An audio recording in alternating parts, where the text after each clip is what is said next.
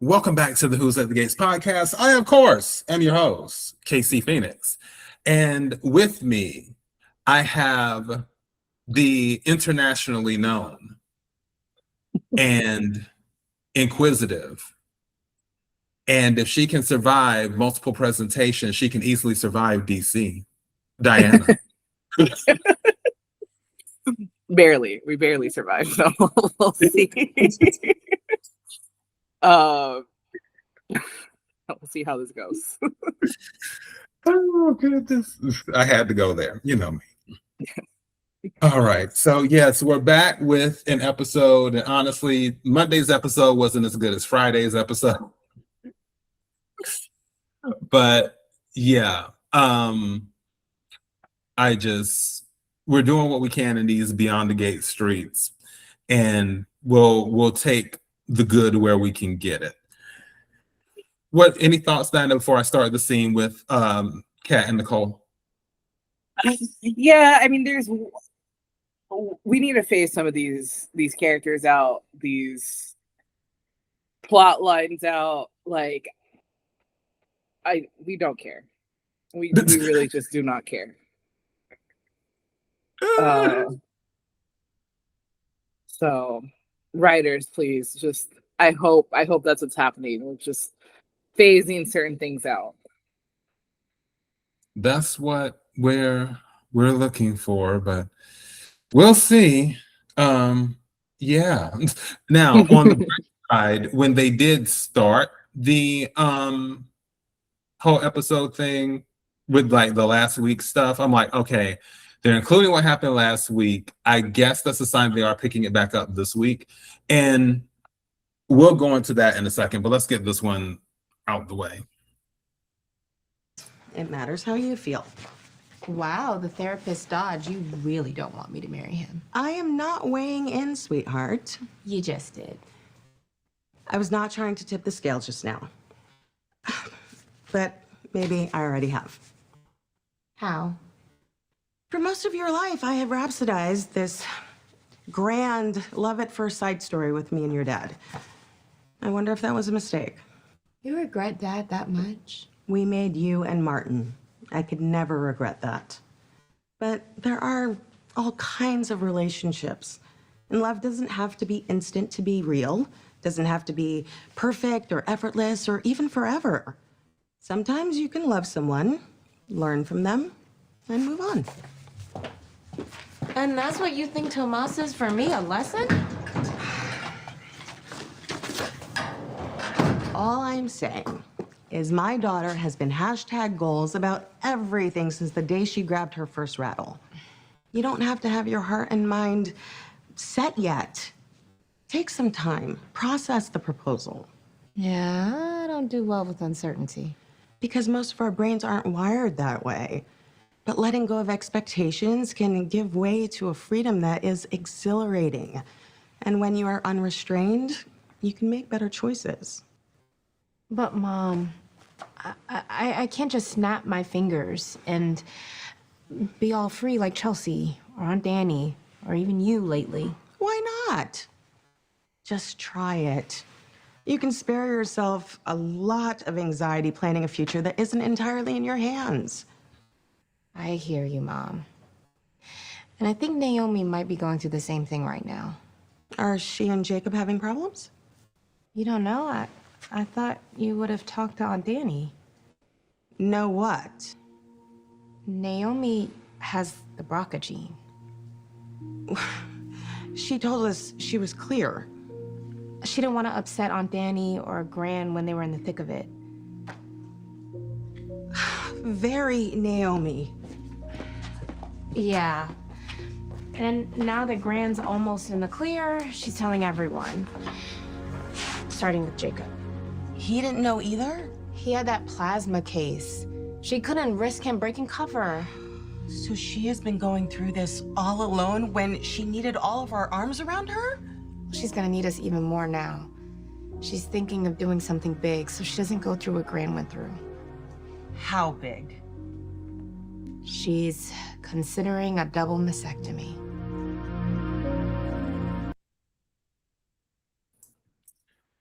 Yeah, Kat did spill all the business in this one. It's just kind of a long scene too, but I'm not mad at that.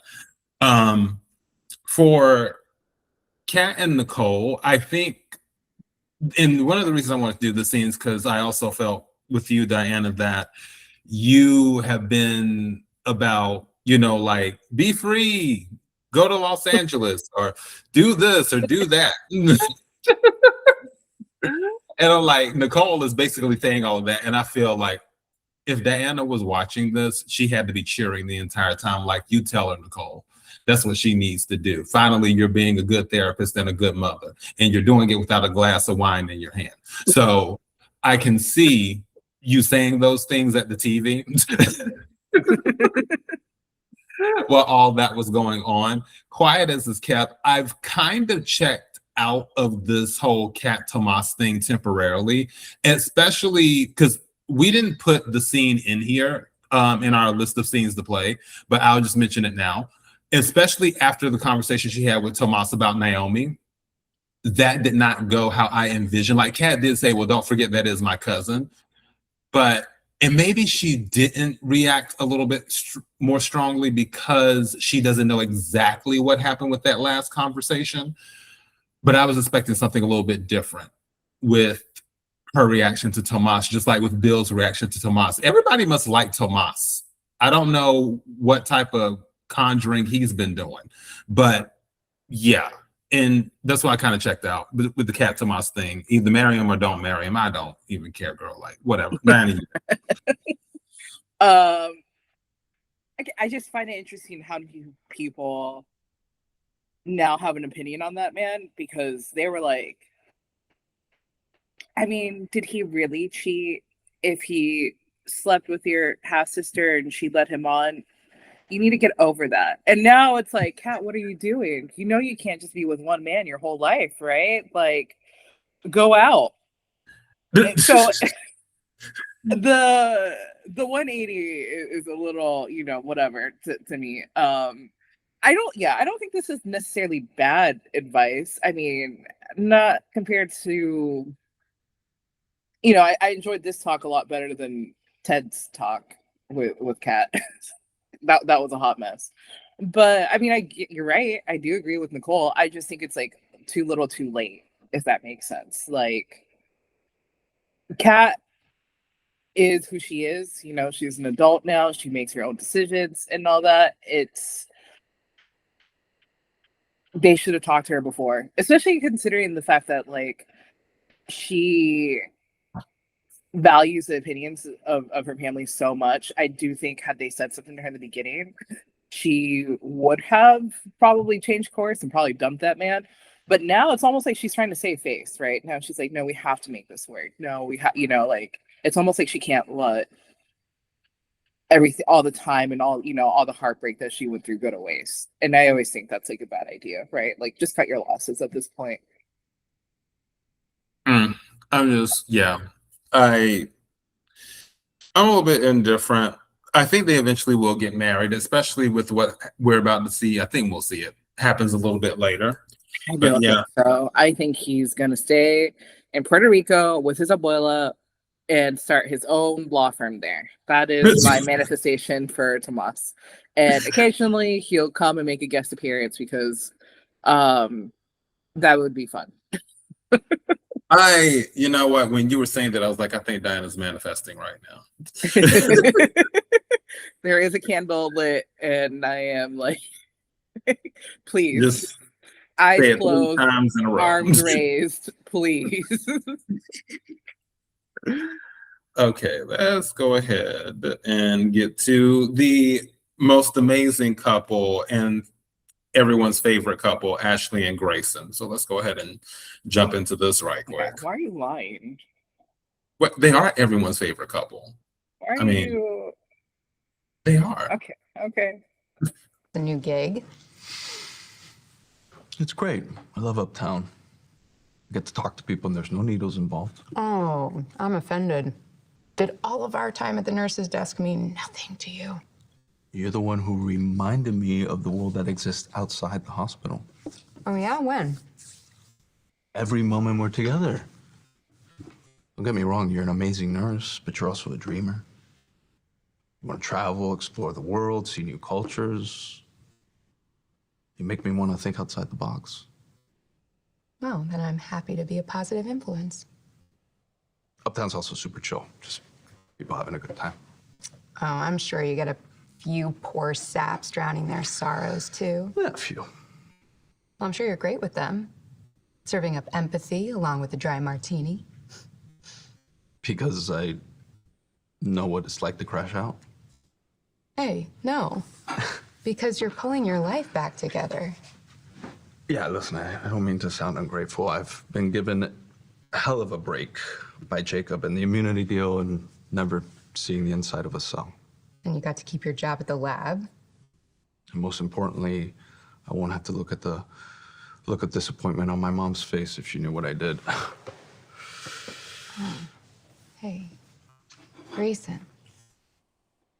And thanks to you too, for taking this crazy leap, bringing me back in.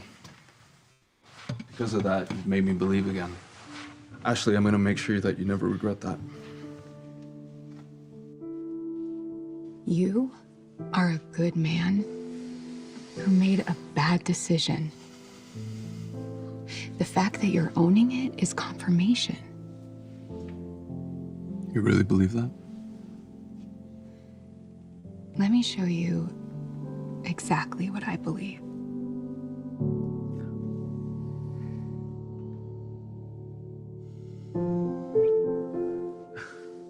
I can't believe I'm saying this.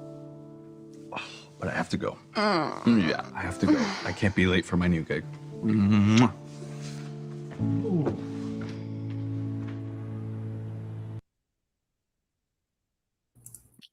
Okay. Now, let's go ahead and talk about this right quick and why I played the scene of Beyond the Gates. This was so And much. This was so. favorite couple. We did it. You did not give the people what they wanted, Casey. You did not. Yes, This this is is not. what No. everyone wanted, Diana. This is what No one wanted to relive this. everyone wanted. The nicest thing I could say is that they both have really nice hair. And give me one right there.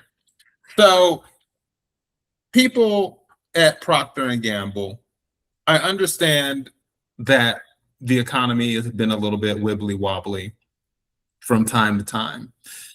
And we get that. At the same time, Ashley is a nurse. She makes a decent amount of money. We can afford Coca-Cola and Sprite. We don't have to go generic.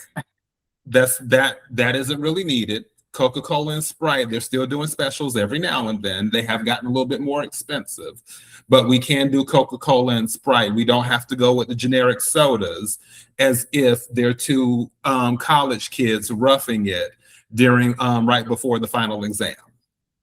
That really didn't set well with my spirit. So I just wanted to point this out right here because it was distracting. How can we pay attention to the Beyond the Gates favorite couple when we're distracted by generic soda? That's all I wanted to say. Diana, you got it.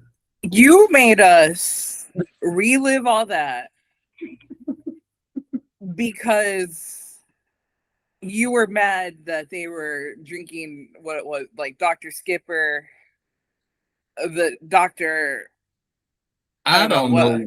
Yeah, see, that's the problem. Dr. Sparkle. Exactly. We don't know what that is on the tape. that it was distracting. I'm like paying attention to the scene, and I'm like, okay, wait a minute, is that generic?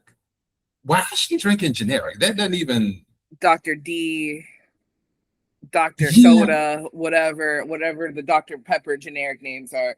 You had us relive this travesty so you could be like, get me some name brand soda. I will sell you the money if you really would. Like, you know what? Next time I go in the office, I will take my rightful Coca-Cola that they have in there and I will mail it to you. I'll be like, this is my drink of the day. I'm taking it with me though. I'll mail it to you. But you see, what did you say? When you go into the office, you can get the Coca-Cola. So if they can afford Coca-Cola at the office, I know Procter and Gamble can afford Coca-Cola on the set. The other day you were saying you're not going to buy Tide anymore. So where are they getting the money from? Well, you know, I haven't stopped just yet. I still got 2 things of Tide All right. on the shelf. So Okay. I haven't stopped just yet. I told you I'm doing my best to hang in there with this show. I really, really am. The Ashley and Grayson thing, like I said, I just wanted to go ahead and cover that. Is one of the, speaking of Grayson, let's go ahead and get to this right here. I don't know if they're the Latin Wonder Twins now or what, but let's just jump into it. Whoa. Maybe you want to chase that beer down with something stronger? Some liquid courage for your big night? I already asked. She said no. Oh, sorry, man. I've had breakups before, but after a proposal. Ouch. We're still together. Oh, well, that's good.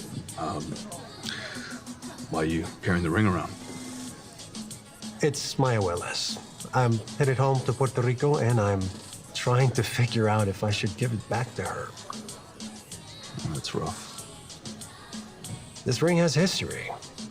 She and my abuelo built a life, a family together on the island. She entrusted her ring to me, and all the memories it holds.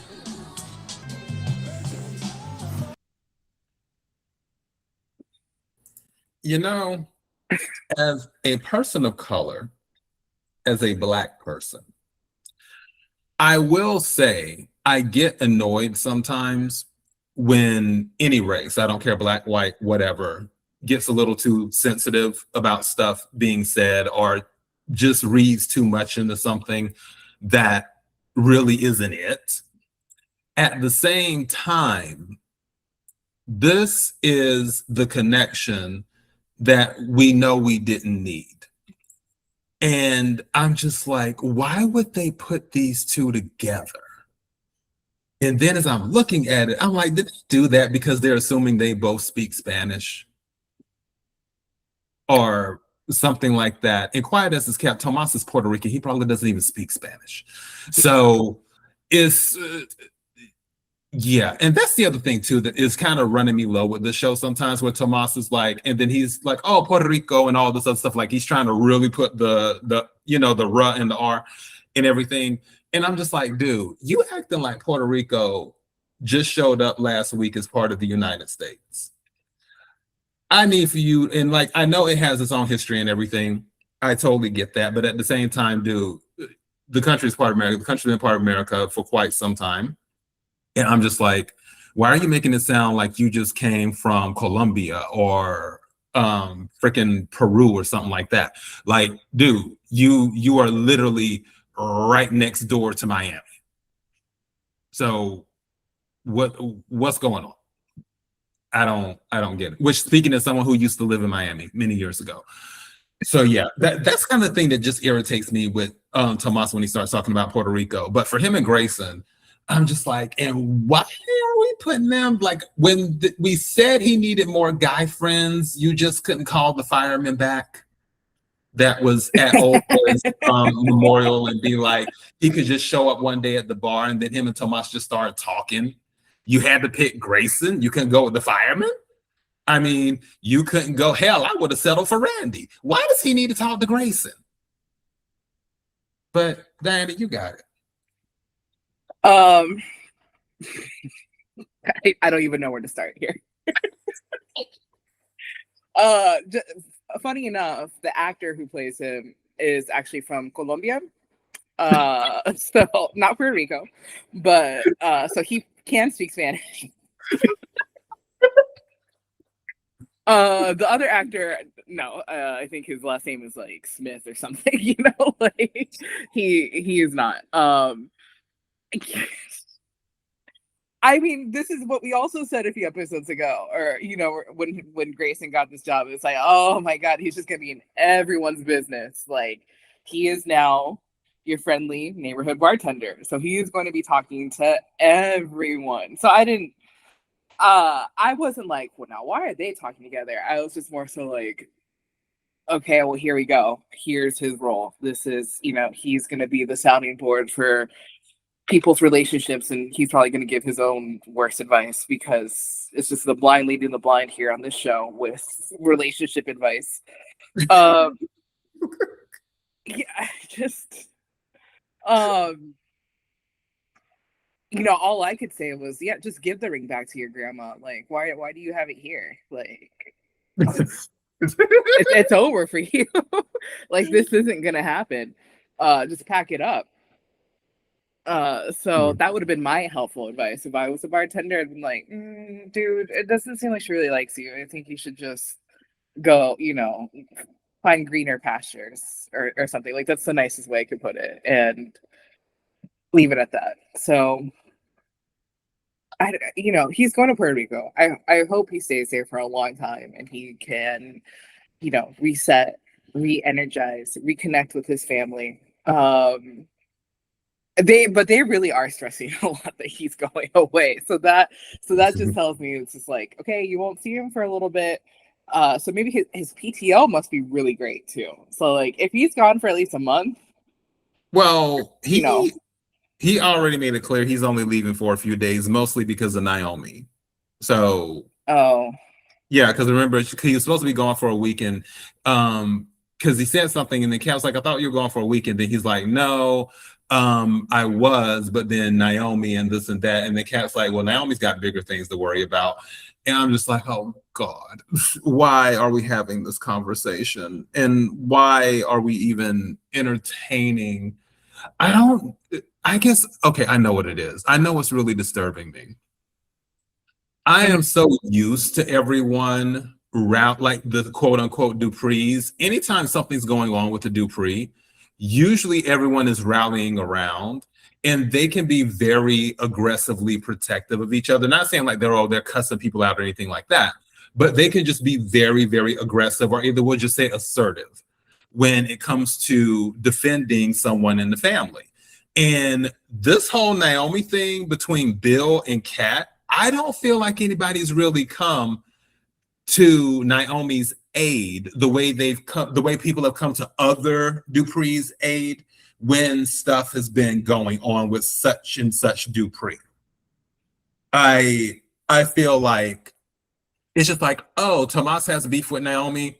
Okay, I guess. And I'm like, why is nobody cussing Tomas out? And not because, but you know what I'm saying? Like, why is no one really going after him? Like, dude, are you serious? That's what you're worried about? Is Naomi taking over? And like, let's say she did, who cares? That would be my thing if I was Naomi's cousin, or definitely her father. I'd be like, who cares? First of all, it's my firm. If I want to appoint her tomorrow, you're going to have to deal. This is life, because this is my firm. So this whole thing, you know what? I think Tomas is just like, I don't know what's worse here is that, one, he's not a threat. They don't respect him. And two, it's almost like he's the punching bag, because it's like, oh, you don't want to be like Tomas, or Ted being like, I'm just like Tomas, like in a different way. And it's like, that is the worst insult you can give on this show, is to be like this man. And they're all using it. Kat too, Bill, Ted. You do not like, if I ever say like, oh, so you're like Tomas now, just know it's on site. That means those are fighting words for me. Yeah, well, you're gonna get a Slack from me one day, and it's gonna be like, oh, so you're Tomas now. That's the equivalent of me cussing you out. That's me disrespecting your family. That's me disrespecting your bloodline, because that's how they use it on this show. Well, it may be temporary, because as soon as it comes out with Dani and Andre, then it's going to be like, oh, wow, I feel like Andre. So, yeah. There's a lot of characters here that you just use as an insult. It's just like, oh my God, what did I do to deserve this? But yeah, speaking of let's see, I have that next as a still. What is that? 1554. This one was kind of a long scene too. Okay, yeah. We'll do it. I just put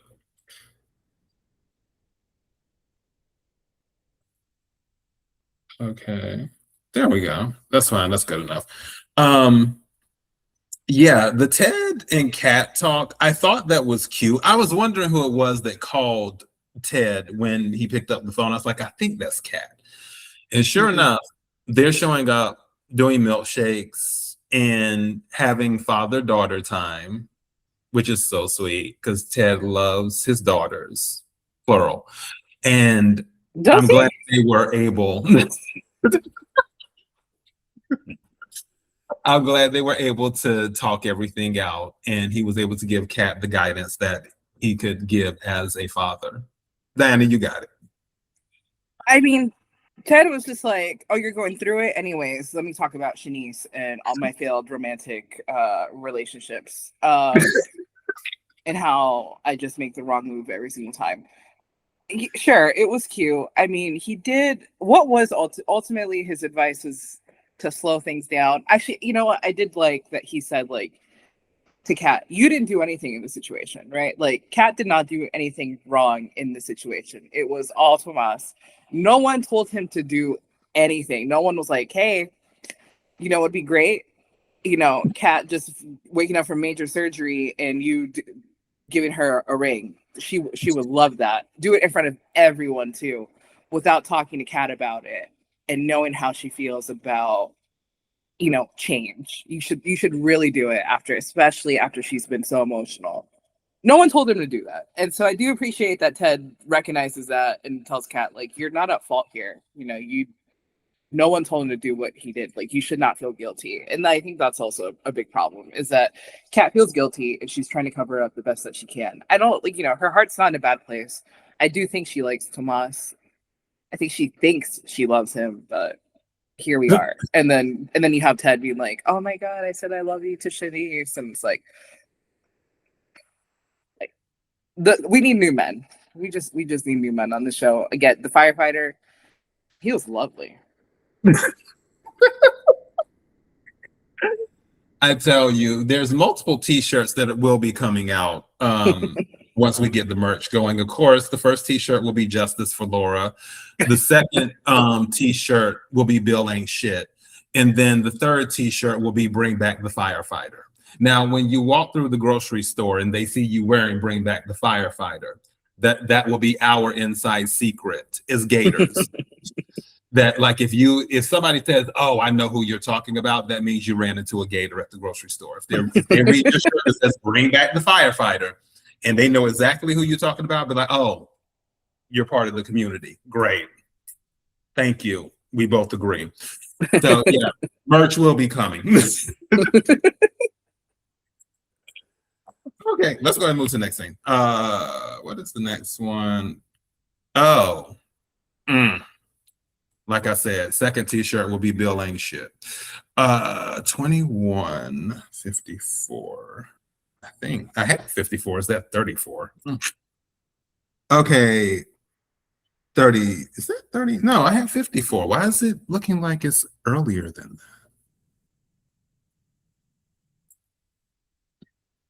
Okay, no, I was right. Okay, here we go. Why would you ever think in a million years that I would be willing? Because you were more than willing on the elevator.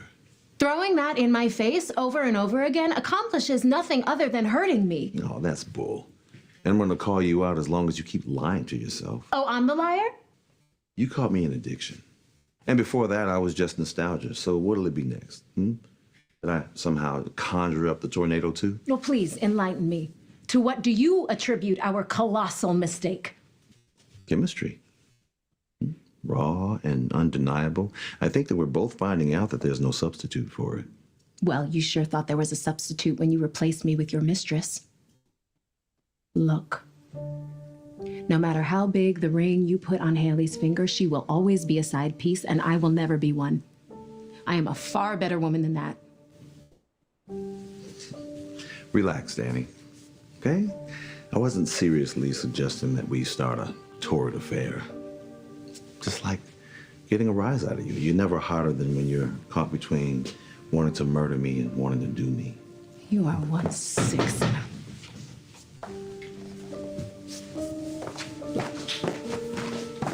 Hi. Hi. I hope I'm not interrupting. No, Bill was just leaving. Are you feeling better? I heard about your hospital visit. Yeah, that was nothing. The women in my life tend to be a little overcautious. I was just stopping by to thank Dani for the hospital visit. I am really glad that we've gotten to this point. No hate, just friendly, good-natured vibes. I hope we can keep it going.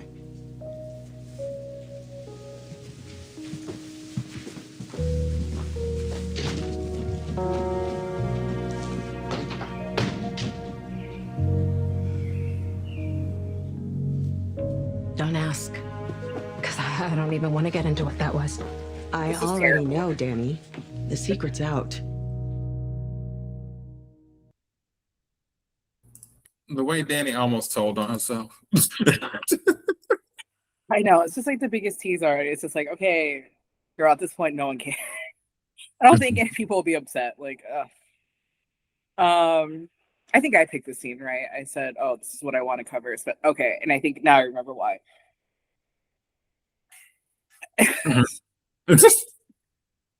Dani is the side piece in this situation. She slept with Bill. They were stuck in that elevator for a minute, and she's like, well, I need the comfort of of this man. I need him to hold me tight. And now she's just like, I'm in awe that she just keeps on making excuses for what she did and keeps on getting pulled into like Bill's aura, whatever you want to say, right? Like technically he did come here first, but it's because Dani threw her own little snide comment of suggesting like, she did something with Bill, and she did.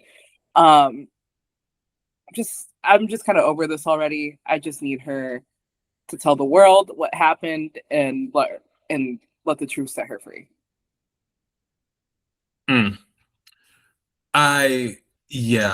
Bill is the puppet master. That is what I've determined. That'll probably be the thumbnail, is Bill being the puppet master, because remember when we first started watching the show and I was like, I don't like this version of Dani. She needs to get over it. She's running me low. And finally she got to a place, found a good looking man too. And it's like, why are we back at square one? This is driving me crazy. Why we're back at square one? And that's why I'm low-key over it. I'm just like, okay, girl, so you gonna be throwing mugs at the wall and getting drunk and doing all of this other stuff again because you can't appreciate what you're already married to? This, like, what hold does he have on you? I'm trying to figure it out, because I don't feel anything can justify what's happening right now. Like if it was a one-time thing and she was able to easily ignore him and just basically brush him off like a pest or something, that would have been great. But clearly there's more than that there. And that is what is disrespecting or showing a lack of respect. Is showing a lack of respect for her marriage to Andre. And that's driving me crazy because Andre deserves better. He really does. And it sucks. But yeah, here we are. Here we are again. Another plot line we need to move away from.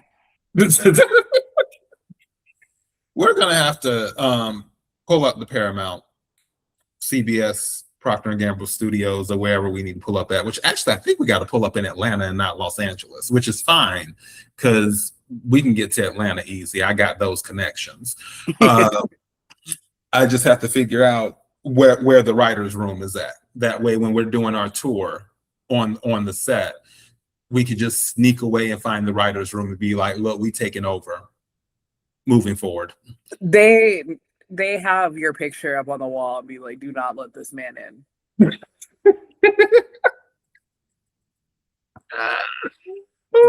He says he buys Arm & Hammer.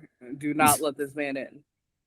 I will make it through because I learned from the best on how to put on disguises, and I will channel my inner Leslie and make it right on through. I got a good old James Brown wig that I can get going. So you're gonna dress up as a nurse and be like, "Oh, emergency."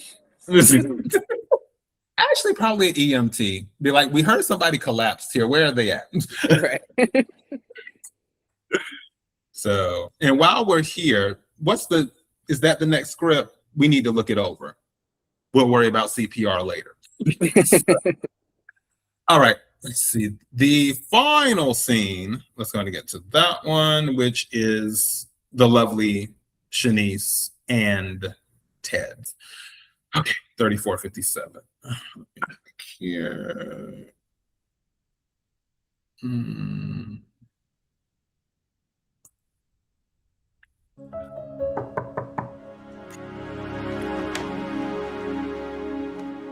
You came back. I didn't like where we left off. Come in. Well, all that matters is you're here now. We have all day to do whatever we want. No conversation needed. Hey, why don't we grab some swimsuits and check out the heated pool? I need to get this out before I lose the nerve. Oh, okay. Yeah. Ted, I'm falling in love with you too. Come here. Was that so hard? You have no idea. It turns out in all of my Shanice-ness, I'm just a big old scaredy cat. I'm sorry to say that's who you love. You're not scared of cats, you're scared of birds. And you are incredibly corny. Yeah, that's who you love back. You amazing, intelligent, fine as hell woman. This is gonna be good. You and me. Do you believe me?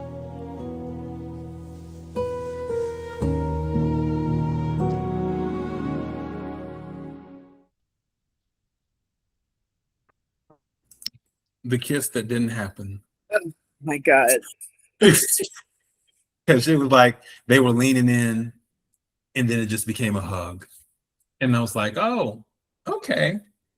We're not expressing affection. It's like, what in the Kirk Cameron, the sister Cameron are we doing here? I don't understand. And the music at the end, it really did give Hallmark, we're just gonna hold hands, happy ending. I can't do this. Not when last Friday Haley was giving Leslie a piece of her mind and used very strong language. So all this, was not a fan. Was not a fan this whole episode with Shanice. And I'm going to blame Ted for this. I'm going to blame Ted for Shanice's character development here because she's so unsure of herself. And I get it. You don't have to be strong all the time, right? Like, you don't have to be a strong person every single time. But this is just like too far from Ted asking, Shanice's warden, like, hey, can she go on a boat? And the warden being like, no. Shanice is a nurse in the DMV area, but she doesn't know what a boat is, so you can't do that, sir. She's an alien who has no autonomy over what she likes or does not like. So, this is just ridiculous. And her being like, just scared of saying I love you. Again, I get it, but it's just so such a far departure from how we got introduced to Shanice as a character, which is like very sure of herself, very in tune with herself, just fiery and sassy. And I don't know. I get it. She's not just one dimension, but I think this is going too far, which is her being so unsure of herself and not knowing what to do, when in reality, I think what could have been better or more, more entertaining is her having a real talk with Ted. And she's had these talks, but it's always been like almost like she's apologizing for it. Like, I need her to tell Ted, you even look at Leslie, a different way, and you better kiss your life bye-bye. Like, I need threats. I need her to just keep it on her at all times so that way he knows that she's not playing. I just hate this dynamic. I hate it so much. Well, I'm just along for the ride. I already told you I love them as a couple, but again, I know it won't last because Ted is going back to Nicole. There's nothing anyone can say to convince me otherwise. He's going back to Nicole. So it's like, girl, enjoy it while you can, because yeah. No. Shanice last week was like, I'm with thank God I'm with a man who doesn't cheat. Oh, and the man in question is Mr. Cheater, like, of the year. So whatever. I don't necessarily think that it will be cheating. I think that it just might be like, hey, Shanice, we had a great run, but I had a conversation with Nicole, and I realized that my heart will always be with her, and that her, Nicole and I do belong together. And it's time for us to go our separate ways. I'll always love you. I'll always care for you. And I hope that we can remain friends after this. And that's going to be that. Yeah, I mean, let's hope. I mean, I hope he breaks her heart in an ethical way. I don't know. I just hope she needs the talk that Nicole talk, which is go out, be free. Oh boy. I mean, yeah, if Shanice wants to do that, because technically her and Ted are not together, but then again, now that they have both professed their love, I don't see them, either one of them, like stepping out or doing anything. So you didn't consider them together before this? No, they're not together. They weren't together before this. They're just now professing their love. Hey, Eva. So what exactly is a person fair game to you and Eva? Like you share like a checking account? Like up until then, you could just take them away. You could just sleep around. When is someone fair game and when is someone not? According to you and Eva and Leslie. It isn't even about fair game per se. It's just like if people are together, they're together. But then you have people who are dating, and dating is not the same as being together. Just like Nicole is telling old girl, Kat, go out, date, try new experiences, be a brand new you and all this other stuff. And it's like, okay, that's fine. That's dating, just like Nicole is dating Kyle and F-Boy. Okay, now, because Ted has only been dealing with Shanice, he's only dating her. Yeah, okay. But Ted never said, Shanice, you're the only one I'm dating. At least I don't think he has, or whatever. I think he might have said, like, you're the one I'm interested in or something like that. But I wouldn't be mad if Shanice up and started dating a second person before this. If Shanice had started dating a second person before this, I wouldn't have been mad at her. Same thing with Ted. I guess, but I think like that conversation would have needed to be had beforehand to be like, hey, we're not exclusive. You can do, you can see whoever you want because I'm free and you're free. Yeah. Like a conversation would need to be had, not necessarily, I know that you and Eva don't see it that way, and Tomas. But I think that's just the norm because I think it's ridiculous to be like, no, I'm free until I'm married. Like that's just no. Well, I mean, that's how a lot of people, I won't say most, or all, but that's how a lot of people look at it. That's what bachelor parties are for. It's that last night. So yeah. Oh my God. Not the bachelor party. I mean, that is just despicable. And you're right, but it's not meant for that in today's time. I mean, it's just like, you and Eva really are something. You and Tomas are just. I had to set you off. You know, I had to set you off. I was like, let me say this right quick. You're like, until they say, well, I don't even know if you guys would believe in I do. So I don't exactly up until what point, because, and I'm not saying you have to be monogamous, right? Because there are people that set up their relationships to be different. You just need to have that conversation. So a conversation wasn't had with like, well, you could see, at least as far as I know, which is like, you're free to do your own thing. I'm free to do my own thing, because Shanice was on Ted anytime Leslie came around. She's just like, you're really going to let her disrespect me like that. And I can't do this if you're going to step out on me, because Shanice has trauma. So, I mean, I know, again, you guys might not empathize with that. But any other person would assume, hey, they're together and they're exclusive. But I need to like go into your brains and just be like, what exactly makes a person available?